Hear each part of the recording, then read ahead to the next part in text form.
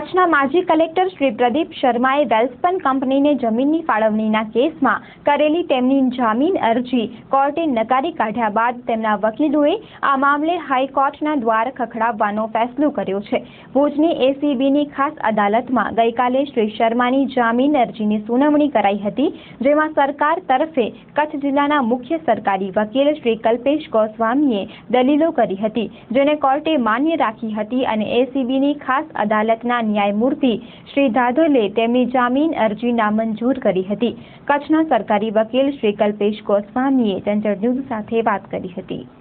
આ કેસની વિગતો એવી છે કે વર્ષ 2003માં વિનાશક ભૂકંપ પછી જ્યારે આ કચ્છ જિલ્લાના કલેક્ટર સમાહર્તા ડિસ્ટ્રિક્ટ મેજિસ્ટ્રેટ તરીકે જ્યારે પ્રદીપ શર્મા હોદ્દા ઉપર કાર્યરત હતા તે વખતે તેમણે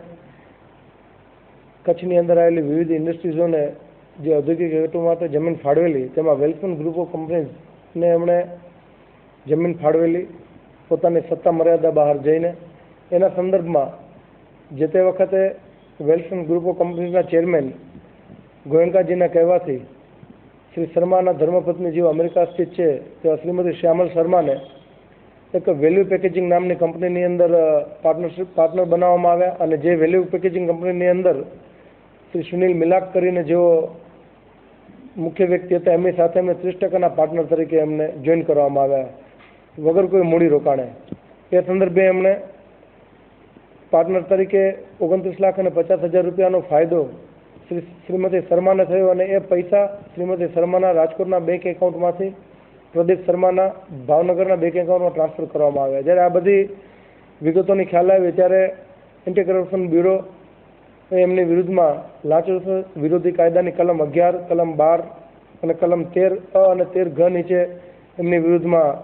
એફઆઈઆર દાખલ કરી અને એમાં શ્રી શર્માને અને શ્રીમતી શર્માને બંનેને આરોપી બનાવ્યા અને એમની ધરપકડ કરી। બાદમાં શ્રી શર્માએ આ તમામ ગુનાઓ એમના એસીબીનો જે ચાર્જ લાગ્યો એ છૂટવા માટે ખાસ અદાલત સમક્ષ જામીન અરજી કરી। શ્રી શર્માને જો છોડવામાં તો તપાસની એજન્સી ઉપર શું અસર થાય, વિશેષમાં એમણે જે પ્લોટ અપાવ્યા એ બાબતે પણ એમણે પોતાનો હોદ્દાનો ગેરઉપયોગ કર્યો અને વ્યક્તિ જ્યારે પોતે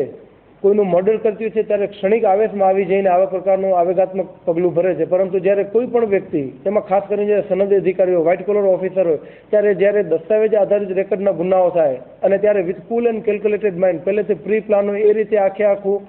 આ દસ્તાવેજ તરફનો ગુનો કરવામાં એવું દેખાય છે। એટલે અદાલતને અમારે એવી પણ વિનંતી રહી એન્ટી કરપ્શન બ્યુરોના પાર્ટ ઉપર કે અમારી તપાસ બિલકુલ નાજુક તબક્કે છે। આવા પ્રકારની જ્યારે તપાસ ચાલતી હોય અને જ્યારે વ્હાઇટ કોલર અધિકારી, જ્યારે સનદી અધિકારી જ્યારે પોતાની સિવિલ સર્વિસના નિયમો 4નો ભંગ કરીને જ્યારે આવા પ્રકારનું કૃત્ય કર્યું હોય ત્યારે એમને જામીન ઉપર છોડવામાં આવે તો તપાસની એજન્સીને પ્રેજ્યુડાઇઝ થાય। એની સાથે સાથે જે લોકો આજે ભ્રષ્ટાચાર વિરોધી લડત ઉઠાવી રહ્યા છે એનું મોરલ ડિમોરલાઇઝ થાય। આ અમારી ખાસ અદાલત સમક્ષની દલીલો અદાલતે ગ્રાહ્ય રાખી તપાસ કરનાર અધિકારી શ્રી ટી કે પટેલનું સોગંદનામું અમે રજૂ કર્યું એન્ટી કરપ્શન બ્યુરો તરફથી। અમારી કાયદાના પોઈન્ટ ઉપરની દલીલો, ફેક્ટ ઉપરની દલીલો અદાલતે ધ્યાને રાખી અને આજે શ્રી પ્રદીપ શર્માને જામીન ઉપર એમની છૂટવાની અરજી રદ કરી નામંજૂર કરી છે અને 13 પાનાનો વિસ્તૃતપણે ચુકાદો આજે ખાસ અદાલતના ન્યાયાધીશ જે બી ધાધલે આપ્યો છે અને આ પ્રકારે આજે પ્રદીપ શર્માને વધુ વખત કસ્ટડીમાં રહેવાનો હુકમ થયો છે।